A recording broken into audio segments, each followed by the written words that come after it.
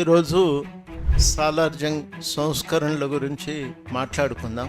19వ శతాబ్దపు రెండవ అర్ధభాగంలో మొదలయ్యాయి. ప్రధానంగా సాలార్జంగ్ అసలు పేరు మీర్ తురాబ్ అలీ ఖాన్. యుక్త వయసులోకి రాడు కాబట్టి ఆయనను అధికారంలో కూర్చోబెట్టి ఆయనకు సలహాదారులను నియమించి ఆ సలహాదారులు రాజుకు సలహాలు ఇచ్చి ఆయన పేరుతో అధికారాన్ని నిర్వహించారు. సాలార్జంగ్ 1853లో హైదరాబాదు సంస్థానానికి ముఖ్యమంత్రి అయ్యాడు. ముఖ్యమంత్రి అయిన తర్వాత ఆయన చాలా సంస్కరణలు తీసుకొస్తారు. దఫ్తరీ మాల్ అంటే వాళ్ళు కేవలము పన్నుల వసూళ్ళు, ఆదాయపు లెక్కలు మాత్రమే చూసేవారు. రెండవది దఫ్తరీ దివానీ అంటే వాళ్ళు ఈ భూములకు సంబంధించిన వ్యవహారాలను చూసేవారు. ఎవరికి ఏ భూమి ఇచ్చిండ్రు, గ్రాంట్లు ఇవ్వటం, ఇట్లాంటి వ్యవహారాలు. ఇక మూడోది దారుల్ ఇన్షా. ఇది కేవలము ఉత్తర ప్రత్యుత్తరాలకే పరిమితమయ్యాయి. అంటే కింది నుంచి వచ్చిన సమాచారాన్ని రాజుకు తెలియజేయటం, రాజుగారి ఫర్మానాలు కింది దాకా అందజేయటం, ఇతర దేశాలతో ఉత్తర ప్రత్యుత్తరాలు, ఇవన్నీ కూడా కార్యక్రమాలు జరిగాయి.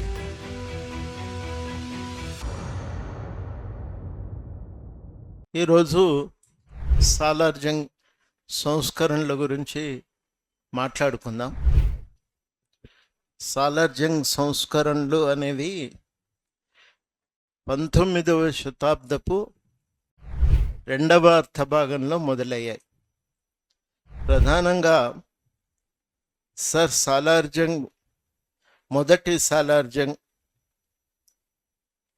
అధికారంలోకి వచ్చినప్పుడు మంత్రి పదవి స్వీకరించిన తర్వాత ఈ సంస్కరణలు మొదలయ్యాయి. సాలార్జంగ్ అసలు పేరు మీర్ తురాబ్ అలీ ఖాన్, మీకు తెలుసది. ఆయన అప్పటికి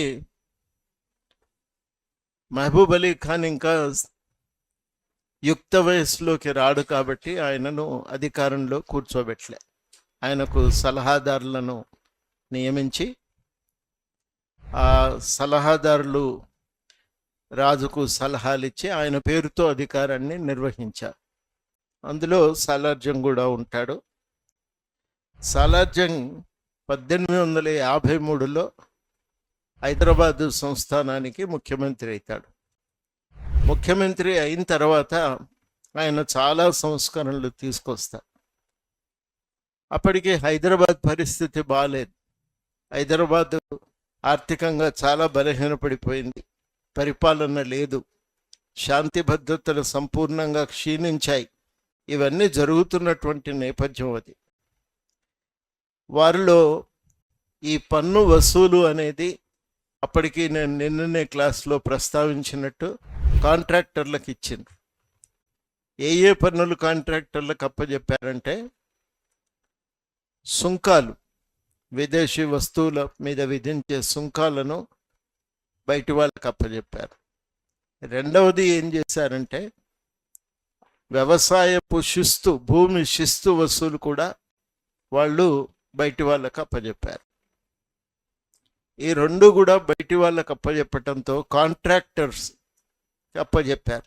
అంటే వాళ్ళు కాంట్రాక్ట్ తీసుకున్న వాళ్ళు ఎంత మొత్తము గవర్నమెంట్కు జమ చేస్తారో చెప్తే, ఎవరు ఎక్కువ జమ చేస్తామంటే వాళ్లకు ఆ కాంట్రాక్ట్ ఇచ్చేవాళ్ళు. ఈ కాంట్రాక్టింగ్ వ్యవస్థ వల్ల అవినీతి బాగా పెరిగిపోయింది. వచ్చిన ఆదాయము ప్రభుత్వానికి జమ కావటం కూడా చాలా కష్టంగా ఉండేది. తర్వాత రెండో సమస్య ఏమైందంటే అప్పటికే బ్రిటిషు వాళ్ళు కూడా ఒక 1857 సమస్య పరిష్కారం, సైనిక తిరుగుబాటు అణచివేసిన తర్వాత హైదరాబాద్ రాష్ట్రం మీద వాళ్ళ దృష్టి పెరిగింది. పెరిగిన సమయంలో వాళ్ళు ఇక్కడ ఒక సైన్యాన్ని నియమించారు. ఆ నియమించిన సైన్యానికి జీతాలు కూడా ఇక్కడి గవర్నమెంటే ఇవ్వాలనే షరతు విధించింది. అంత మాత్రమే కాదు, అప్పటికి ఇంకా రాజుకు ప్రభుత్వ నిర్వహణకయ్యే ఖర్చులకు సరిపోయేంత ఆదాయం కూడా రాకపోవటం చేత చాలామందిని వాళ్ళు ఆ ఉద్యోగస్తులకు కూడా సకాలంలో జీతాలు చెల్లించలేని పరిస్థితి. దానికోసం ప్రభుత్వం అప్పులు తీసుకుంది. చాలా భూములను తనఖా పెట్టి నవాబుల దగ్గర నుంచి వాళ్ళు అప్పులు తీసుకొచ్చి ప్రభుత్వాన్ని నడపటం మొదలుపెట్టారు. ఈ తనఖా పెట్టి అప్పు ఇచ్చిన వాళ్ళల్లో ఎక్కువ వరకు రోహిల్లాలు ఉన్నారు. ఇది ఒక సమస్య. అయితే శాంతి భద్రతల నిర్వహణ అనేది అసలే బాలేదు. ప్రజల మాన ప్రాణాలకు ఆస్తులకు రక్షణ లేని పరిస్థితి. దారిదోపుళ్ళు పెరిగిపోయినాయి. ఈ పెరిగిపోవటానికి ఇంకో కారణం ఏంటంటే నిజాము కాలంలో అప్పటికి ఉద్యోగస్తులుగా ఉన్న వాళ్ళని తీసేసిండ్రు. కొంతమందిని రోహిల్లాలను కానీ ఇతర పర్షియన్లను కానీ వాళ్ళని ఇక్కడి నుంచి ఉద్యోగం నుంచి తొలగించండ్రు పైసలు చాలక. ఆ ఉద్యోగం కోల్పోయిన వాళ్ళందరూ కూడా దారిదోపిడిగాళ్ళుగా మారిపోయారు. ఈ మారిపోయిన నేపథ్యంలో రాష్ట్రంలో ఒక అల్లకల్లోల పరిస్థితి. రాజేమో పసిపిల్లవాడు, దాన్ని అడ్మినిస్ట్రేషన్ను నడపగలిగేటువంటి శక్తి లేదు. బ్రిటిష్ దగ్గర కూడా వీళ్ళు చాలానే అప్పులు తెచ్చుకున్నారు. ఈ అప్పులు కట్టడానికి వాళ్ళు బేరార్ జిల్లాను వాళ్ళు రాయించుకున్నారు. అప్పులు కట్టిన తర్వాత మళ్ళీ మాకు ఇవ్వాలి అని వీళ్ళు అడుగుతారు, కానీ ఆ జిల్లాను మాత్రం బ్రిటిష్ పాలకులు నిజాం ప్రభువుకు మళ్ళీ వాపస్ చేయరు. ఒప్పందం రాయించుకొని ఫైనల్గా బెరార్ జిల్లాను తమ పేరు మీదకి మార్చుకుంటారు. బెరార్ జిల్లాకున్న ప్రత్యేకత ఏంటంటే అక్కడ పత్తి పండుతుంది, అద్భుతమైన పత్తి పండుతుంది. చాలా ఆదాయం వస్తుంది. 20 లక్షలు అక్కడి నుంచే శిస్తు వస్తుంది అనేది అప్పటికి ఉన్న లెక్క. అంత పెద్ద ఎత్తున వారికి శిస్తు వాళ్ళకు దొరుకుతున్నటువంటి జిల్లాను వదులుకోవటానికి బ్రిటిష్ వారు కూడా సిద్ధంగా లేరు. బెరార్ జిల్లా వెళ్ళిపోవటం, ఆ ఒప్పందం చేసుకున్నటువంటి ఈ సాలార్జంగ్కు ముందు ఉన్నటువంటి ప్రధానమంత్రి ఆయన తట్టుకోలేక ఆయన చనిపోతాడు. ఆయన చనిపోయిన తర్వాత సర్ సాలార్జంగ్ I ఆయన ప్రధానమంత్రిగా అధికారంలోకి వస్తాడు. ఈ మొత్తంగా అప్పటికి ఉన్నటువంటి పరిస్థితులను సరిదిద్దటం ఎట్లా అనేది ఒక ప్రధానమైన సమస్యగా మారింది.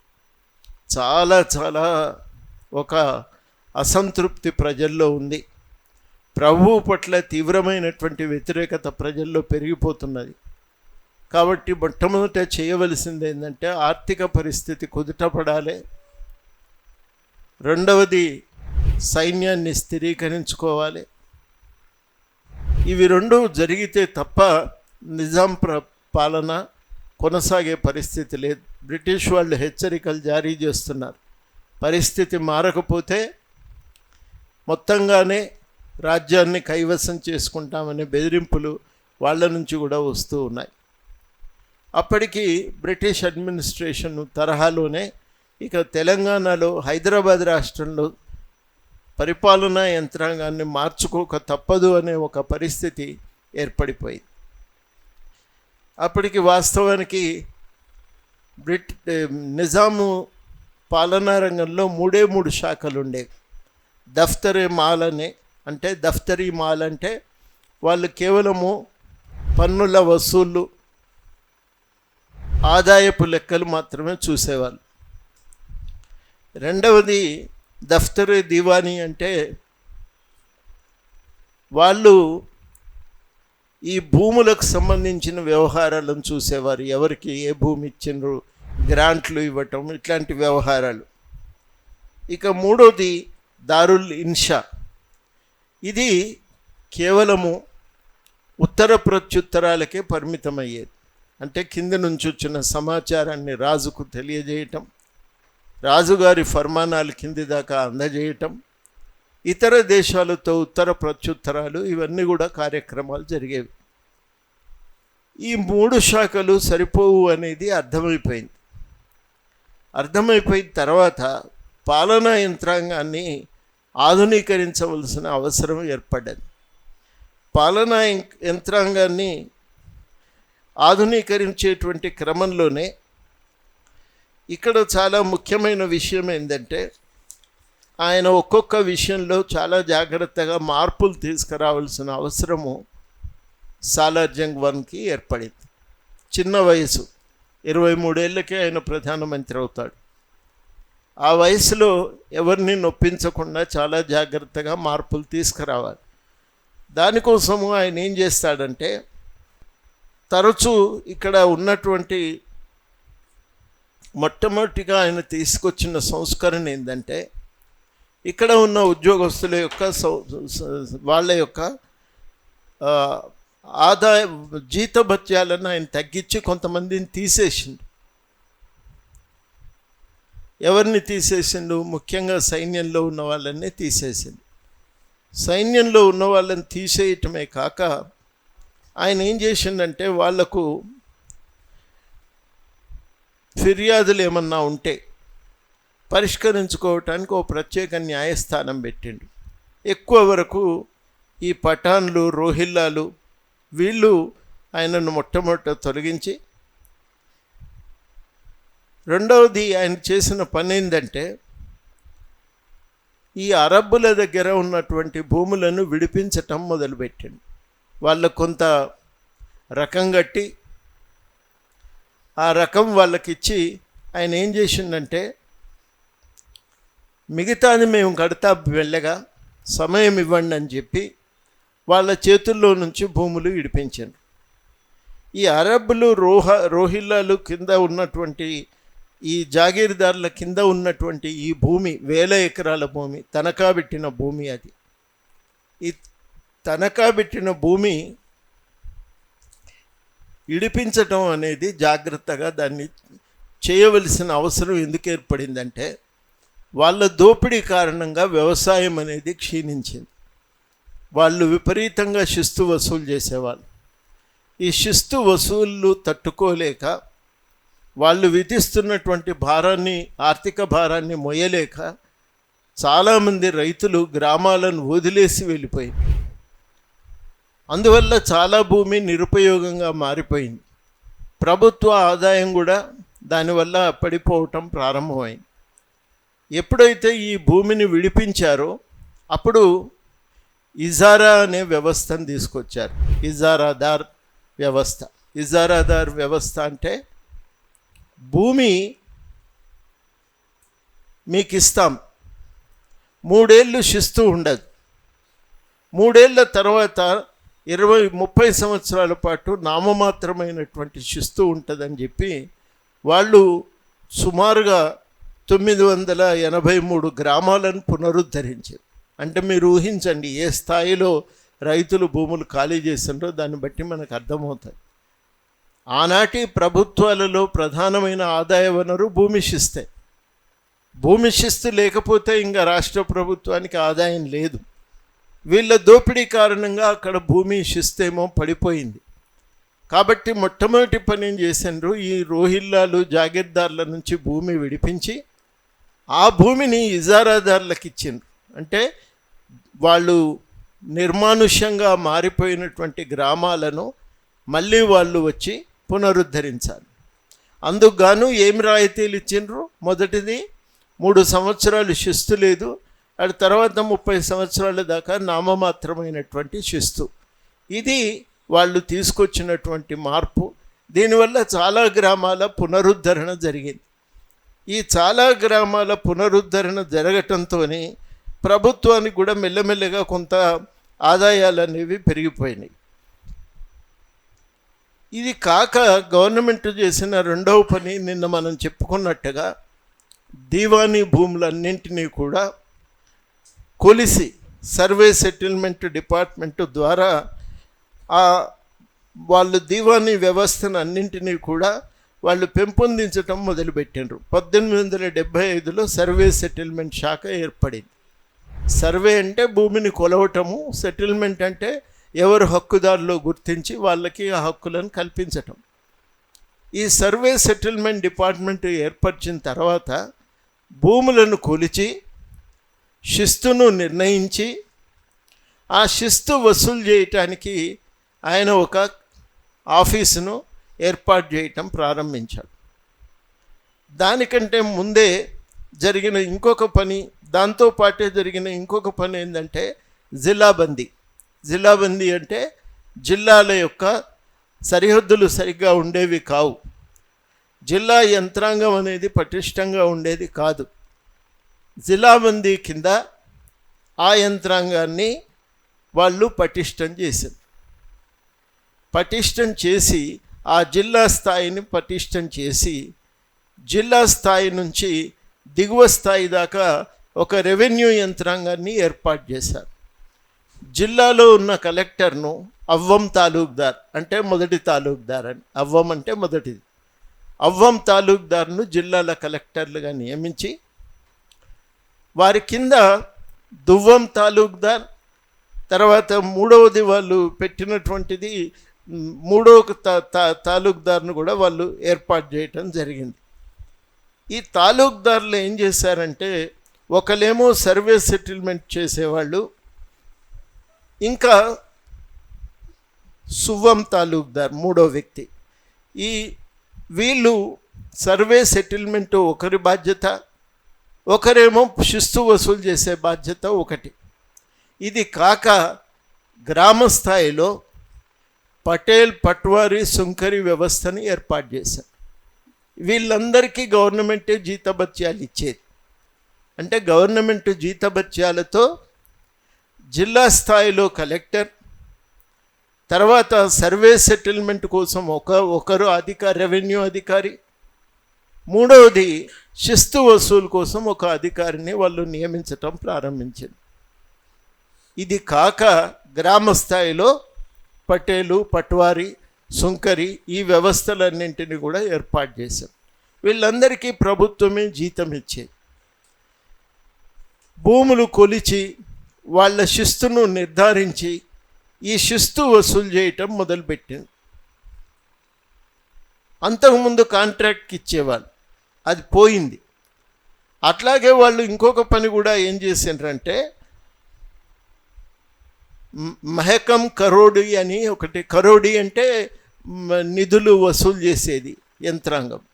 వాళ్ళు ఒక కరోడి అనే వ్యవస్థ, మహకం ఈ కరోడి అనే వ్యవస్థ ద్వారా రవాణా అవుతున్న దిగుమతి ఎగుమతులపైన సుంకాలు వసూలు చేయటం కూడా మొదలుపెట్టింది. ఇది ఎప్పుడైతే స్ట్రీమ్ లైన్ అయిందో, ఈ పన్నుల వసూలు వ్యవస్థ అనేది ఎప్పుడైతే స్థిరీకరించారో అప్పుడు మెల్లమెల్లగా నిజాము ఆర్థిక వనరులు పుంజుకోవటం మొదలైనవి. అప్పు పెట్టిన ఆభరణాలను, తనఖా పెట్టిన ఆభరణాలను, భూములు విడిపించుకోవటము, జీతభత్యాలు తగ్గించారు. తగ్గించి ఏం చెప్పిండ్రంటే తన జీతం కూడా 10,000 రూపాయలు తగ్గించుకున్నాడు. ఆ రోజుల్లో తక్కువ మొత్తమేం కాదు. సాలార్జంగ్ తన జీతం 10,000 రూపాయలు తగ్గించుకున్నాడు. తగ్గించుకొని ఏం చేసిండు ఆయన, మీరు కూడా మీ జీతాలను తగ్గించుకోండి, అందరి జీతాలు తగ్గితే మనం సకాలంలో ఈ జీతాలు ఇవ్వగలుగుతాం. మీకు ఎప్పుడో నెలలో ఎప్పుడొచ్చేదో తెలియదు, ఇప్పుడున్నట్టే ఏ రోజు వస్తుందో తెలియదు జీతాలు. అట్లా కాదు, మీకు సకాలంలో జీతాలు ఇస్తాం, మీ జీతాలు తగ్గించుకోండి అని విజ్ఞప్తి చేసి ఆయన వాళ్ళను ఒప్పించి ఆ సంస్కరణలు తేవటం, ఇంకా కొంత ఆర్థిక స్థిరీకరణకు అనేది అది చాలా బలంగా ఉపయోగపడింది.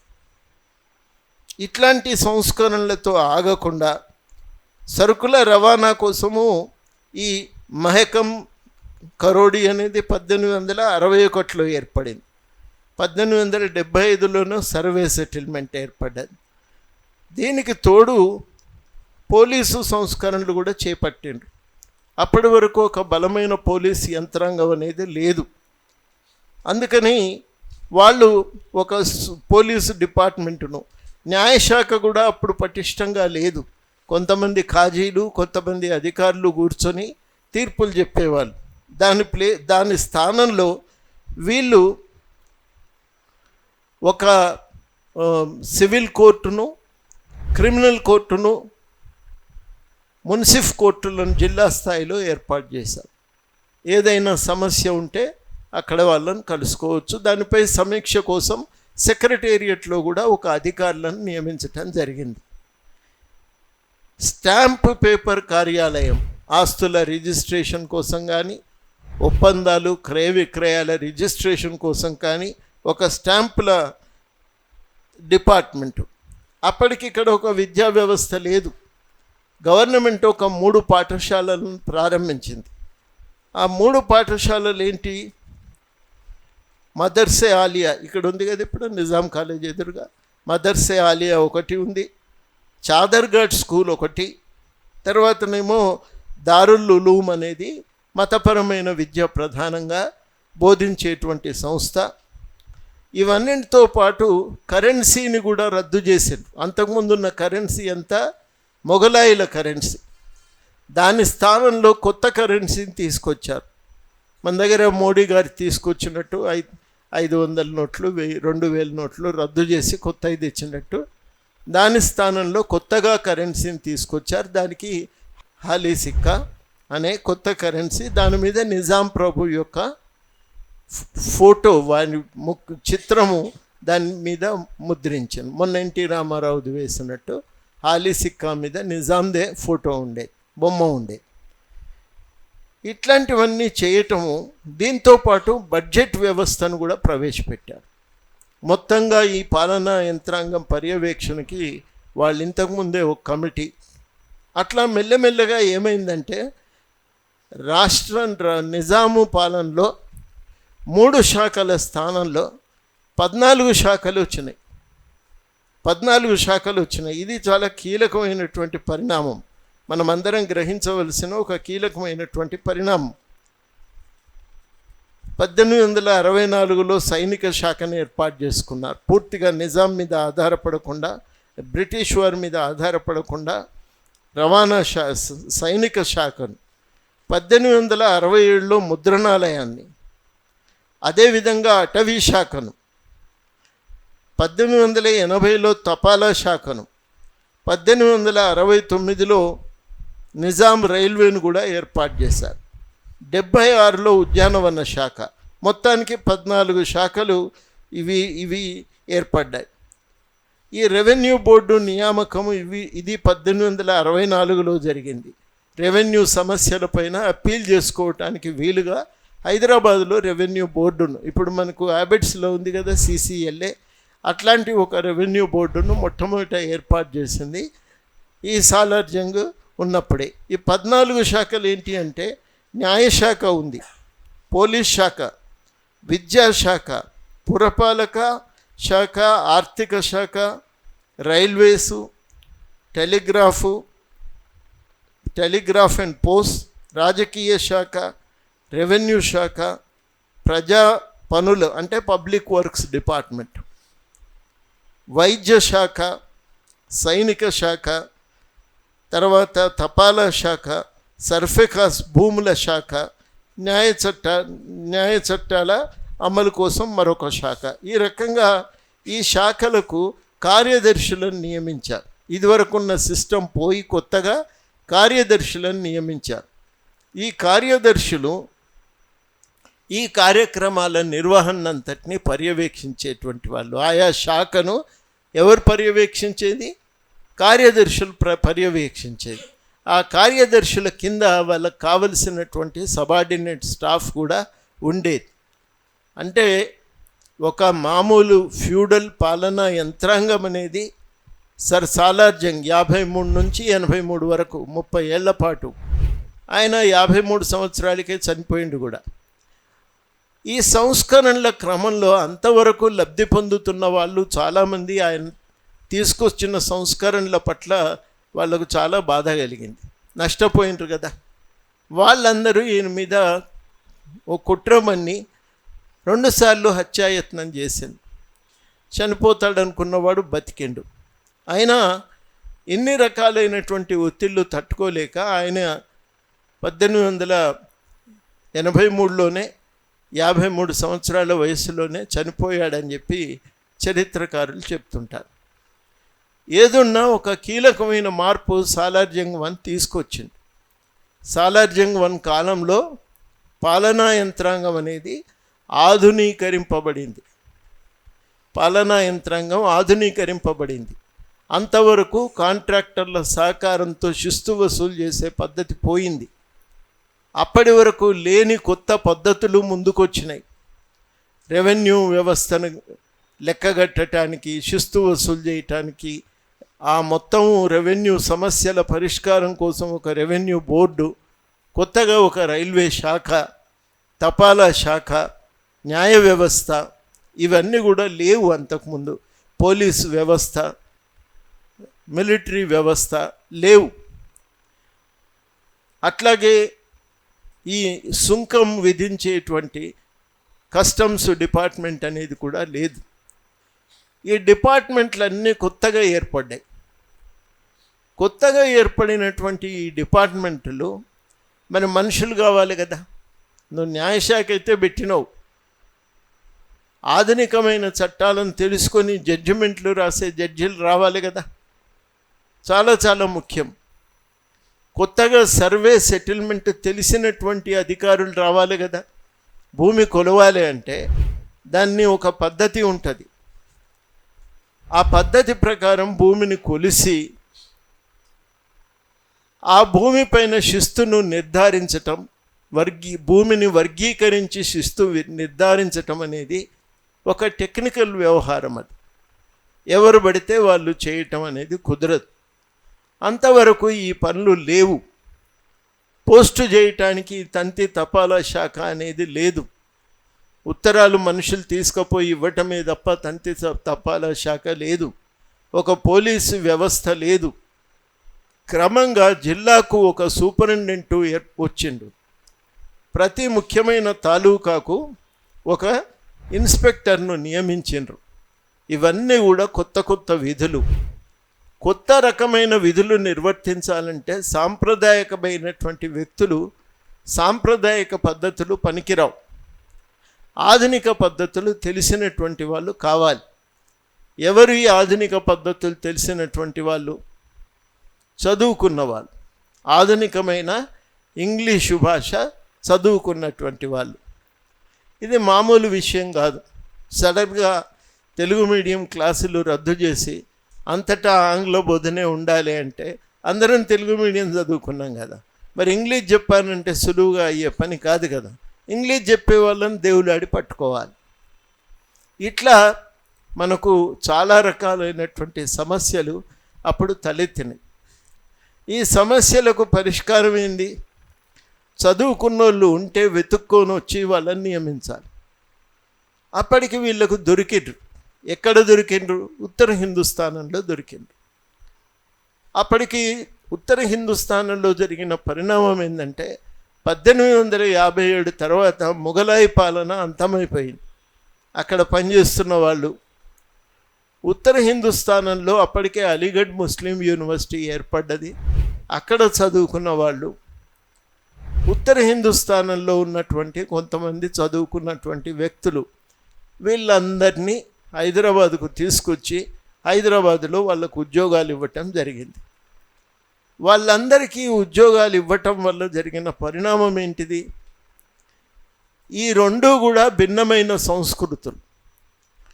ఈ ఉత్తర హిందుస్థానం నుంచి వచ్చిన వాళ్ళకి దక్షిణ భారతదేశంలో దక్కనీ ప్రాంతంలోనే పుట్టి పెరిగిన వారికి మధ్యన కల్చరల్గా, సాంస్కృతికంగా వాళ్ళ మధ్యన వ్యత్యాసాలు ఉండేవి. ఆచార వ్యవహారాల్లో వ్యత్యాసాలు ఉండేవి. ఉత్తర హిందుస్థానంలో మాట్లాడే ఉర్దూ వేరు. వాళ్ళు తమ ఉర్దూ గొప్పది, ఉన్నతమైంది, నాగరికులు ఎవరైనా ఇట్లాంటి ఉర్దూ మాట్లాడాలనే అభిప్రాయం ఉండేది. దక్కనీ ఉర్దూ వేరు. ఇది కొంచెం సగటు ప్రజల దగ్గరికి చేరుకునేటువంటి లక్ష్యంతో వచ్చిన భాష. ఈ దక్షిణ హిందుస్థానంలో మాట్లాడేటువంటి ఉర్దూ వేరు, ఆచార వ్యవహారాలు వేరు. వాళ్ళల్లో మేము గొప్ప అనే అభిప్రాయం కలగటం, ఇక్కడ ఉన్న వాళ్ళకేమో మాకు నౌకరుల్లో అవకాశం ఇవ్వరా, మా సంస్కృతిని తెలియకుండా ఇక్కడ పరిపాలన ఎట్లా చేస్తారనేటువంటి ఒక భావన దక్కనీ ముస్లిముల్లో ఉండేది. దక్కనీ ఒక్క ముస్లింలు కాదు, ఇక్కడ చదువుకున్నటువంటి అన్ని వర్గాల్లో కూడా ఒక అభిప్రాయం ఉండేది. కానీ జరిగింది ఏమిటంటే ఉద్యోగస్తులు మాత్రం ఉత్తర హిందుస్థానం నుంచి వచ్చిండ్రు. స్థానికులు ఉద్యోగాలు కోల్పోయినరు, ఎందుకంటే మీరు పనికిరారు అని తీసేసిండ్రు కదా చాలామందిని. ఆ తీసేసిన వాళ్ళు ఉద్యోగం కోల్పోయిన వాళ్ళే కదా సాలార్ జంగ్ మీద దాడి చేసింది. ఒక ఘర్షణ అనేది చెలరేగింది.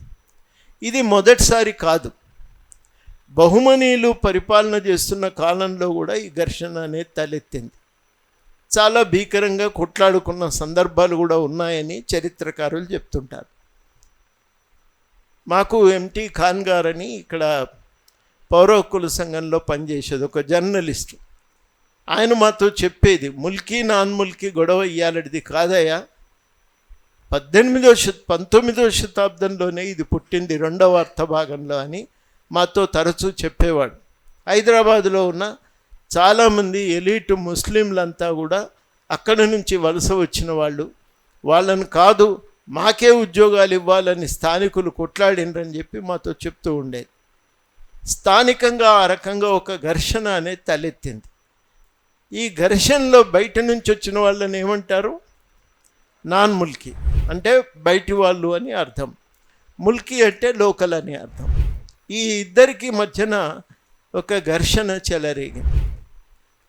ఈ ఘర్షణలో తమ ఆధిపత్యాన్ని పెరగటానికి ఇంకా కారణాలు ఉన్నాయి. ఈ ఉత్తర హిందుస్థానం నుంచి వచ్చిన అధికారులు ఇంగ్లీష్ రావటం చేత వాళ్లకు బ్రిటిష్ పాలకులతో సాన్నిధ్యం పెరిగింది, వాళ్ళకు దగ్గరయ్యారు. రెండవది, అధికారంలో ఉన్నారు కాబట్టి స్థానిక జాగీర్దారులకు ఇక్కడున్న నవాబులకు కూడా దగ్గరయ్యారు. అందువల్ల వాళ్ళ పరపతి పెరిగిపోతున్నది. కానీ దక్కనీ ముస్లింలకు ఉన్నటువంటి పరపతి మాత్రం అది పెరగటం లేదు. ఆ పరపతి పెరగకపోవటం అనేది వాళ్ళకున్న అప్పటి వరకు ఉన్న ఆధిపత్యం పోవటం, ఒక రకంగా అది భంగపాటు వారికి. ఇది వాస్తవానికి ఈ ఘర్షణ వెనకాల ఉన్నది.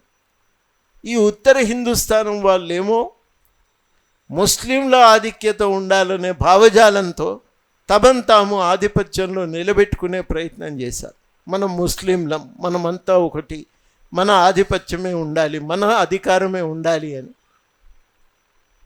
దక్కనీ ముస్లింలంతానేమో ముల్కీలకు, స్థానికంగా ప్రజలకు భాగస్వామ్యం కావాలని కోరుకుంటున్న వాళ్ళేమో దక్కనీ ముస్లింలు. స్థానిక ప్రజలు భాగస్వామ్యం అనే ఆలోచన చాలా బలంగా ముందుకు తీసుకొచ్చారు. ఈ రెండు సిద్ధాంతాల మధ్యన ఒక వైరుధ్యం అనేది కూడా సీరియస్గానే ఉంది. ఇది కాకుండా ఇంకొకటి ఏం జరిగిందంటే, అప్పటికి ముస్లిం నవాబులకి సాలార్ జంగ్తో యుక్తంగా ప్రజలకు పాలనా యంత్రాంగంలో భాగస్వామ్యం ఉండాలి అనే ఆలోచన లేదు, ఆ ఇంగిత జ్ఞానం లేదు. వాళ్ళు ఎప్పుడు అట్లా అనుకోలేదు, పాలనలో ప్రజలకు భాగస్వామ్యం ఉండాలని అనుకోలేదు. ఆ ఆలోచన వాళ్ళకి రాలేదు. ప్రజల భాగస్వామ్యం అవసరము, అప్పుడే స్థిరమైన ఒక పాలన కొనసాగుతుందనేటువంటి ఆలోచన వాళ్ళకు రానేలేదు ఇంకా. అంటే ఆధునిక ప్రజాస్వామ్యానికి సంబంధించిన మూల సూత్రాలు ఏంటి? మూల సూత్రాలు, ప్రజాస్వామ్యానికి ఉండే మూల సూత్రం ఏంటంటే, మొట్టమొదటగా ప్రజల భాగస్వామ్యం ఉండాలి. ప్రజలచే ఎన్నుకోబడిన ప్రభుత్వం అనేది దాని అంతిమ లక్ష్యం. ప్రజలకు స్వేచ్ఛ ఉండాలి, వాళ్ళ ఇష్ట ప్రకారం వాళ్ళు జీవించేటువంటి అవకాశం ఉండాలి, దానికోసం వాళ్ళకు హక్కులు కల్పించాలి. ఇవన్నీ ప్రజాస్వామ్యానికి సంబంధించిన మూల సూత్రాలు. ఈ ప్రజాస్వామ్యానికి సంబంధించిన సోయి, ప్రజాస్వామ్య మార్పు జరగాలనేటువంటి ఆలోచన వాళ్లకు లేదు. ఎవరైతేనేంది మనకు పనిచేసేటోడు కావాలనే దృక్పథంతో వాళ్ళు వ్యవహరించారు. అది చాలా తీవ్రమైనటువంటి సమస్య. మరోవైపు మన భాగస్వామ్యం కావాలని కోరుతున్నటువంటి స్థానికులు. ఈ వైరుధ్యాలు పెరిగిపోయినాయి. ఒకవైపు ఉత్తర హిందుస్థానం నుంచి వచ్చిన నాన్ ముల్కీలకేమో సమాజంలో పరపతి పెరిగిపోతున్నది. ఉద్యోగస్తులు వాళ్లకు స్థానికంగా ఉన్నటువంటి నవాబుల మీదతో పరిచయాలు పెరిగిపోయినాయి. ఉద్యోగస్తులు కావటం అందుకు ఉపయోగపడ్డది. బ్రిటిష్ పాలకులతో సాన్నిధ్యం పెరిగిపోయింది. ఇంతగా వాళ్ళు ఒక పరపతి పెరుగుతున్నటువంటి సమయము, అది ఒక భాగమైతే స్థానికులకు ఉన్న పరపతి తగ్గిపోవటం మొదలైంది. ఇది వాస్తవానికి ఘర్షణకు మూల కారణం. ఎందుకు ఇంత కొట్లాడినరు అంటే ఘర్షణకు మూల కారణం మనిషి తన అస్తిత్వం పోతుంది అనుకున్నప్పుడు ఎంతటికైనా తెగబడతాడు. తనకుండేటువంటి అధికారము అస్తిత్వం దెబ్బతింటున్నాయి అనుకున్నప్పుడు చాలా గట్టిగా దాన్ని తిరస్కరించే ప్రయత్నం చేస్తాడు. ఈ ఘర్షణ అనేది చాలా తీవ్రమైన స్థాయిలోకి పోవటంతో 1880ల నుంచి జాగ్రత్తగా సాలార్ జంగు బతికి ఉండగానే ఆయన కొన్ని జాగ్రత్తలు పాటించండి. ఈ నాన్ ముల్కీలు బ్రిటిష్ వారితో కానీ స్థానిక ప్రజలతో కానీ దూరంగా ఉంచే ప్రయత్నం చేసింది. వాళ్ళని ఈ ఇంటరాక్షన్ ఆపే ప్రయత్నం చేసిండు. అది ఆగుతుందా? కష్టం కదా. కానీ ఆయన ప్రయత్నం చేసిండు. కాకపోతే ఆయన చేసిన రెండవ కీలకమైన చర్య ఏంటంటే స్థానికులకు వాళ్లకు రాజకీయ పదవులు వాళ్ళకే అప్పచెప్పాడు. దివాన్లందరూ కూడా, మంత్రులు, అధికారులంతా కూడా, ముఖ్యమైన రాజకీయ నాయకులంతా కూడా వాళ్ళు స్థానికులు. కాబట్టి రాజకీయ అధికారము స్థానికులకిచ్చి పాలనాధికారం అంతా నాన్ ముల్కీలకు ఇచ్చే ప్రయత్నం చేసింది. మూడోది కూడా ఆయన చేసిన ప్రయత్నం ఏంటంటే వీలైనంత వరకు ముల్కీలని నియమించే ప్రయత్నం చేయమని కూడా ఆయన ఆదేశాలు ఇస్తారు. ఇవన్నీ డిపార్ట్మెంటు డైరెక్షన్సే కానీ ఆర్డర్లు మాత్రం కావు. ఇంకా అవి ఆర్డర్ల రూపంగా తీసుకోలేదు.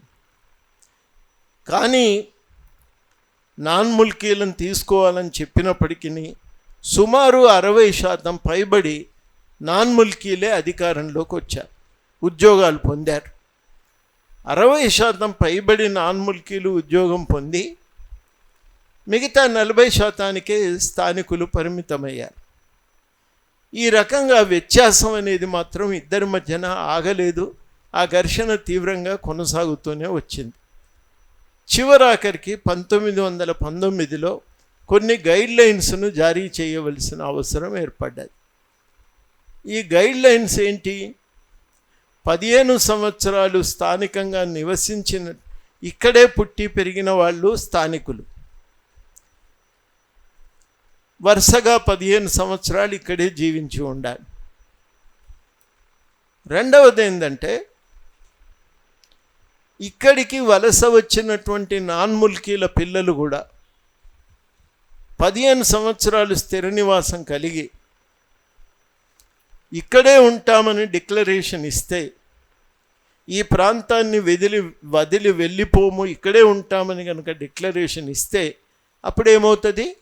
వాళ్ళు కూడా ముల్కీలు అవుతారు. ఇక్కడ బయటి ప్రాంతాల నుంచి అమ్మాయిని తెచ్చుకొని పెళ్లి చేసుకుంటే ఆ అమ్మాయి కూడా ముల్కీ అవుతుంది. ఇక్కడి నుంచి ఎవరన్నా అమ్మాయి బయటికి వెళ్ళిపోతే పెళ్లి చేసుకొని నాన్ ముల్కీ అవుతుంది. ఒకవేళ వెనక్కి వస్తే మళ్ళీ ముల్కీ పునరుద్ధరణ జరుగుతుంది. ఈ ముల్కీ అనే సర్టిఫికెట్ ఇచ్చేటువంటి అధికారాన్ని కలెక్టర్లకు ఇచ్చింది. అవ్వం తాలూక్దార్ కలెక్టర్కి ఇచ్చింది. కలెక్టరు ఆ సర్టిఫికెట్ జారీ చేసేవాడు. ఇన్ని మార్పులు జరిగినా ముల్కీల నియామకం మాత్రం జరగటం లేదు. నాన్ ముల్కీల నియామకం ఆగిపోవటం లేదు. అందుకని ఏం జరిగింది? 1917-18 నాటికి ఉస్మానియా యూనివర్సిటీ వచ్చింది. ఉస్మానియా యూనివర్సిటీ వచ్చిన తర్వాత ఇక్కడ గ్రాడ్యుయేట్స్, పట్టభద్రులు ఇక్కడి నుంచి యూనివర్సిటీల్లో, కాలేజీల్లో చదువుకొని వాళ్ళు కూడా ఉద్యోగం కోసం వెతకటం ప్రారంభిస్తున్నారు. వాళ్ళు ముల్కీ లీగ్గా ఏర్పడి తర్వాత తెలంగాణ నిజాం సబ్జెక్ట్స్ లీగ్ అని ఏర్పాటు చేసుకొని స్థానికులని నియమించాలనేటువంటి డిమాండ్ను చాలా తీవ్రతరం చేసింది. ఈ డిమాండ్ తీవ్రతరం కావటంతో జరిగిన పర్యవసానం ఏంటంటే స్థానికులు అనేటువంటి వాళ్ళు ఉద్యోగాలకు ఇవ్వాల్సిందే అని వాళ్ళు మళ్ళీ డిమాండ్ చేయటం మొదలుపెట్టారు. దానికోసం ఆందోళనలు కూడా జరిగినాయి. దాంట్లో రామకృష్ణరావు గారు ఉండేవారు. Mulki లీగు, British subjects లీగు, graduates association ఇట్లాంటివి ఏర్పడ్డాయి. రామకృష్ణరావు గారు కూడా ఈ ముల్కీ ఆందోళనలో చాలా కీలక పాత్ర పోషించారు. 30లో ఇది నేను చెప్పేది. వీళ్లకు ఉద్యోగాల కోసం మళ్ళీ ఆందోళన తీవ్రతరం కావటంతో నిజాం ప్రభువు రెండో ఫర్మానా 1935లో జారీ చేసింది. మొదటి ఫర్మానా 1919లో వచ్చింది, రెండవది 1935లో వచ్చింది. దాదాపు అవే సూత్రాలు మళ్ళీ పునరుద్ఘాటించటమే కాక ఈ సూత్రాలను పకడ్బందీగా అమలు చేయాలనేటువంటి ఆదేశాలను జారీ చేశారు. అంటే ఉల్లంఘనలను సహించము, పకడ్బందీగా అమలు చేయాలనే ఒక అదనపు అంశము వాళ్ళు జోడించటం జరిగింది. మొత్తం మీద ఈ రెండు ముల్కీ నిబంధనలు కలిపి వచ్చిన ప్రధాన లక్షణాలు ఏంటి? దాంట్లో మొట్టమొదట ముల్కీ ఎవరంటే ఇక్కడే పుట్టి 15 సంవత్సరాల పాటు ఇక్కడే స్థిర నివాసం కలిగిన వాళ్ళు. రెండవది నాన్ ముల్కీలు అయినప్పటికీ 15 సంవత్సరాలు ఇక్కడే జీవిస్తూ ఈ 15 సంవత్సరాల తర్వాత వాళ్ళు ఇతర ప్రాంతాలకు ఈ వెళ్ళమని, ఇక్కడి నుంచి వలస వెళ్ళమని కనుక హామీ పత్రం ఇస్తే వాళ్ళు ఇక్కడి అమ్మాయి ఎవరినన్నా పెళ్లి చేసుకొని ఇక్కడే ఉంటే, లేకపోతే ఇక్కడ అబ్బాయి పెళ్లి చేసుకొని ఇక్కడే ఉంటే వాళ్ళు ముల్కీలు అవుతారు. పెళ్లి చేసుకొని వెళ్ళిపోయిన వాళ్ళు మళ్ళీ వస్తే వాళ్ళకు కూడా ముల్కీ అనేది అప్లై అవుతుంది. సర్టిఫికెటు కలెక్టర్ గారు మంజూరు చేయవలసి ఉంటుంది. ఇది చివరికి గవర్నమెంట్లో అమలైనటువంటిది. కానీ చాలా కీలకం ఏంటంటే ముల్కీ నాన్ ముల్కీ ఉద్యమం వెనకాలన్న మూల సూత్రం ఏంటంటే, ముల్కీ నాన్ ముల్కీ ఘర్షణల వెనుక ఉన్న మూల సూత్రం ఏంటంటే బయటి నుంచి వచ్చిన వాళ్ళు ప్రాతినిధ్యాన్ని నిరాకరిస్తున్నారనేది అక్కడ ముఖ్య సూత్రం. ప్రాతినిధ్యం అనేది చాలా ముఖ్యం. ప్రజలకు ప్రాతినిధ్యం. వాళ్ళు చెప్పిన వాదనలేంది? మన సంస్కృతి తెలిసిన వాళ్ళు, జీవన విధానం తెలిసిన వాళ్ళు అయితేనే ఇక్కడి ప్రజలకు న్యాయం చేయగలుగుతారు.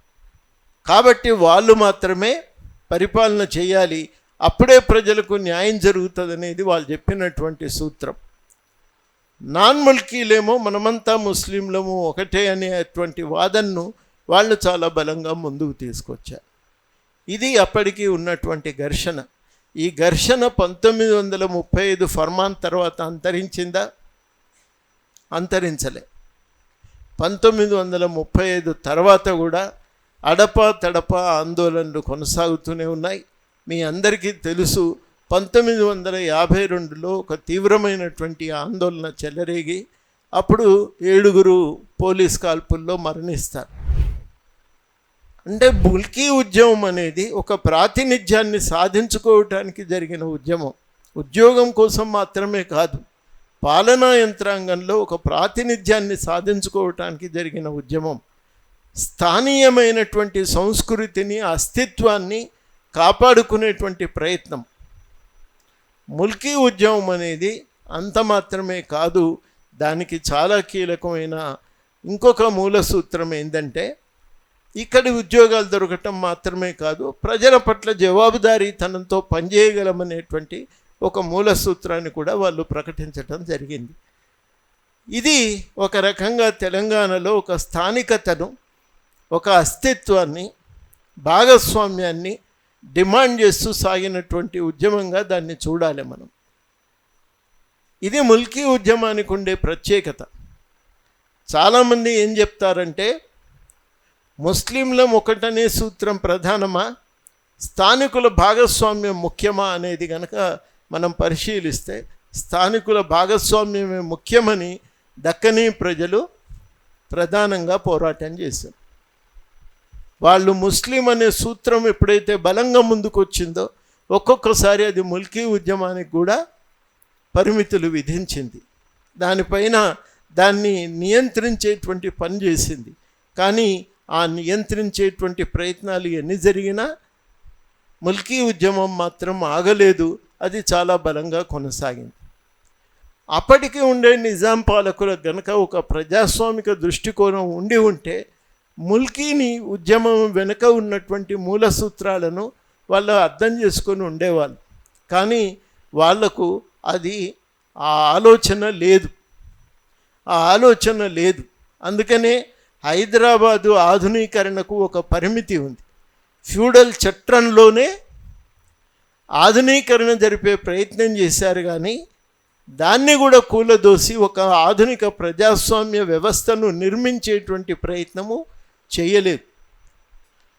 ఒకవేళ నిజాం ప్రభువు గనక ఫ్యూడల్ చట్రం నుంచి బయటపడి ఆధునిక ప్రజాస్వామిక పాలనను పెంపొందించే ప్రయత్నం చేస్తే ఏం జరిగేది? తప్పనిసరిగా భారతదేశ ప్రభుత్వంతో చర్చలు జరపడానికి ఓ ప్రాతిపదిక ఏర్పడేది. మాకు మా సంస్కృతి, మా అస్తిత్వము చాలా కీలకము, వీటిని మీరు గనక కాపాడలేకపోతే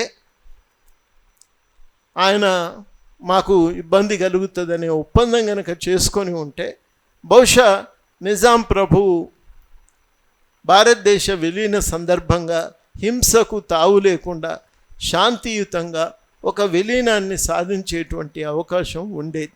చర్చల ద్వారా ఒక విలీనాన్ని సాధించేటువంటి అవకాశం ఉండేది. కానీ ఈ అవకాశాన్ని భగ్నం చేసింది ఎవరు? అనల్ మలిక్ పేరుతో ముస్లింలే పాలకులు, ఇది మన ప్రభుత్వం, మనమే పాలకులం, మన ఆధిపత్యమే ఉండాలని కోరుకునేటువంటి ఒక సంకుచితవాదంతో చెలరేగినటువంటి దృక్పథమే దీనికి ఒక ఆటంకంగా మారింది. ఇది మనం గ్రహించటం అనేది చాలా చాలా ముఖ్యం. ఇవి వాస్తవానికి కేవలం ముల్కీ ఉద్యమం ఒకటే కాదు, తర్వాత ప్రజల భాగస్వామ్యాన్ని పెంచడానికి ఇంకా ప్రయత్నాలు కూడా జరిగినాయి. నేను ఇంతకుముందు చెప్పినట్టు ఒక ప్రాతినిధ్య ప్రభుత్వాన్ని, జవాబుదారీతనంతో కూడిన పాలనను అడిగినటువంటి వాళ్ళు కూడా చాలామంది ఉన్నారు. అది మనం గ్రహించాలి. అది మొదట చాందా రైల్వే ఉద్యమం నుంచి ప్రారంభమవుతుంది. ఆ చాందా రైల్వే అంటే రైల్వే నిర్మాణానికి మనం నిధులు సేకరిస్తాం, బ్రిటిష్ వాళ్ళు కడతారు, అది కాదు మనమే నిర్మించుకుందాం అనేది ఈ రైల్వే ఉద్యమం. అఘోర్నాథ్ చట్టోపాధ్యాయ తర్వాత అట్లాంటి వాళ్ళు కొంతమంది ఆందోళన చేస్తారు. అఘోర్నాథ్ చట్టోపాధ్యాయ అప్పటికి ఈ నిజాం కాలేజీకి ప్రిన్సిపల్గా ఉంటాడు. ఆయనను తొలగించి మళ్ళీ ఆ ఉద్యమం చల్లారిన తర్వాత మళ్ళీ ప్రిన్సిపల్గా ఆయనను తీసుకొస్తారు వెనక్కి. అంటే ఈ ఉద్యమాలన్నీ కూడా ఈ భాగస్వామ్యాన్ని విస్తరించేటువంటి ప్రయత్నం చేసినాయి. ఈ ప్రయత్నము 19వ శతాబ్దం దాకా ప్రారంభం కాలేదు. కారణం ఆంధ్ర ప్రాంతానికి తెలంగాణకు ఉన్న ఒక వ్యత్యాసం మనం గ్రహించాలి. ఈ వ్యత్యాసం ఏంటంటే ఆంధ్ర ప్రాంతంలో బ్రిటిష్ పాలన వల్ల 19వ శతాబ్దం నాటికి విద్య ప్రారంభమైంది. రెండోది ఏం జరిగిందంటే వీరేశలింగం పంతులు గారి దగ్గర నుంచి ఒక సంస్కరణోద్యమం ప్రారంభమవుతుంది. సంప్రదాయాలను తిరస్కరించి ఒక ఆధునికమైన జీవితాన్ని అలవర్చుకోవటానికి వాళ్ళు ప్రచారం చేస్తారు. కందుకూరి వీరేశలింగం రాసిన నవల, మొదటి నవల రాజశేఖర చరిత్రం. అందులో ఆయన చెప్పిందంతా ఏంది, పెద్ద కథ ఏం కాదు అది. వాస్తవానికి విలాసాలకు పోయి సంప్రదాయాల పేరుతో ఆగమైపోయిన కుటుంబాన్ని చూపిస్తాడు. మళ్ళీ దాని నుంచి కోలుకోవటాన్ని ఆయన మళ్ళీ పేర్కొంటాడు. ఎన్జి రంగా పుస్తకాలు చదివితే ఇంకా విపులంగా మన వాళ్ళు పద్ధతులు మార్చుకోవటం లేదు. ఈ పద్ధతులు మనం మార్చుకోకపోతే మనం ఆర్థికంగా పతనమైపోతాం. పైసలు పోగేసుకోవాలి, దాచుకోవాలి, పెట్టుబడి పెట్టాలి. ఈ యొక్క వ్యాపార సంస్కృతి తెలంగాణకు రాలే, మన దగ్గర రాలేదు. అక్కడ ఆ వ్యాపార సంస్కృతి వచ్చింది. మూడో దశలో వాళ్ళ దగ్గర రాజకీయ ఉద్యమాలు మొదలవుతాయి. కాంగ్రెస్ పార్టీ, తర్వాత జస్టిస్ పార్టీ, వీటి నేతృత్వంలో కమ్యూనిస్ట్ పార్టీ, వీటి నేతృత్వంలో రాజకీయ ఉద్యమాలు మొదలవుతాయి.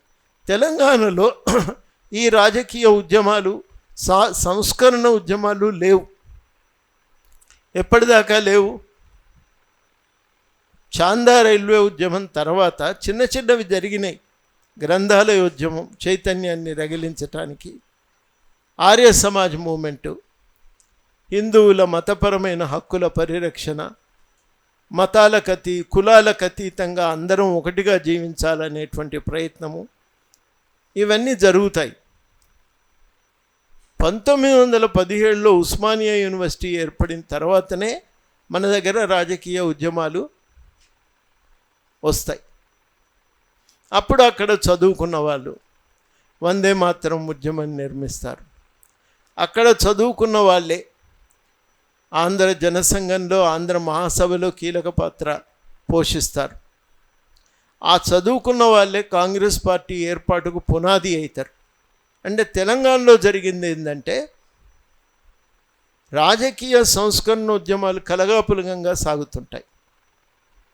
రాజకీయ సంస్కరణ ఉద్యమాలు కలగాపులగంగా విడిగా లేవవి, సాగిపోతూ ఉంటాయి. అట్లాగా ఈ ఉద్యమాలు కూడా 1920ల తర్వాతనే వస్తాయి. 20లకు ముందు ఉన్నాయి చిన్న చిన్న ఉద్యమాలే అవి, ఏ లెక్కన చూసినా. ఈ సంస్కరణ ఉద్యమాలు ఇవన్నీ వచ్చే వరకు దాకా కూడా ప్రజల భాగస్వామ్యం పాలిటిక్స్లో, సామాజిక ఆర్థిక రంగంలో ఉండాలనేటువంటి డిమాండ్ ముందుకు రాదు.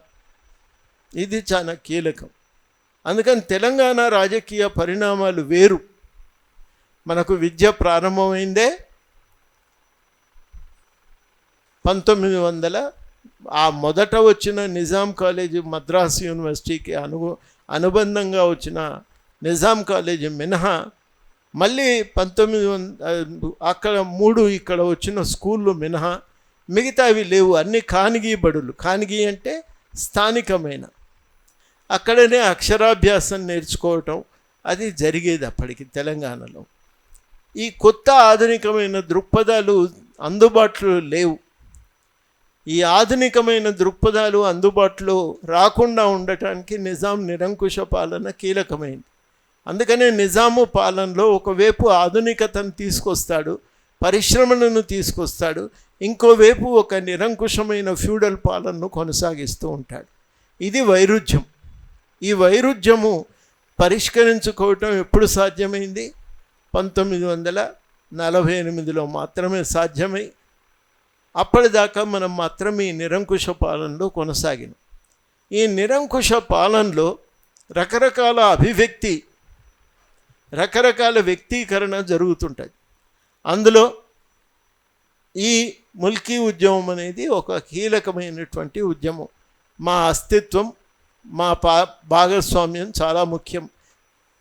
మేముంటేనే ఈ ప్రభుత్వం కరెక్ట్గా ప్రజల పట్ల విధేయతతో పనిచేస్తుంది అనేటువంటి ఒక ఆలోచన ఈ ముల్కీ ఉద్యమం ప్రధానంగా ముందుకు తీసుకొచ్చింది.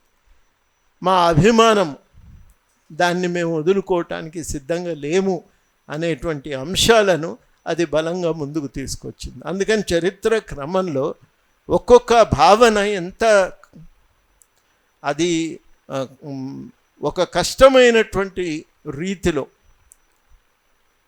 ఒక సంక్లిష్టమైనటువంటి పద్ధతుల్లో అది ఆవిర్భవిస్తూ ఉంటుంది. అంటే ఇప్పటి నుంచి మనం చదవబోయే అంశాలన్నింటికీ ప్రాతిపదిక ఒకటే, ఒక ప్రాతినిధ్య ప్రభుత్వం కావాలి. ఆ భావనకు అంకురార్పణ చేసింది ముల్కీ ఉద్యమం. ఆ ముల్కీ ఉద్యమం అంకురార్పణ చేస్తే తర్వాత ఈ భావనను పెంపొందించి దాన్ని విస్తృతంగా ముందుకు తీసుకువెళ్ళటానికి ఆంధ్ర జనసంఘం, ఆంధ్ర మహాసభ ఇవి దానికి ఇంకా తోడ్పాటును అందించినాయి. ఇవి మనం ప్రధానంగా గుర్తుపెట్టుకోవాల్సినటువంటి అంశాలు.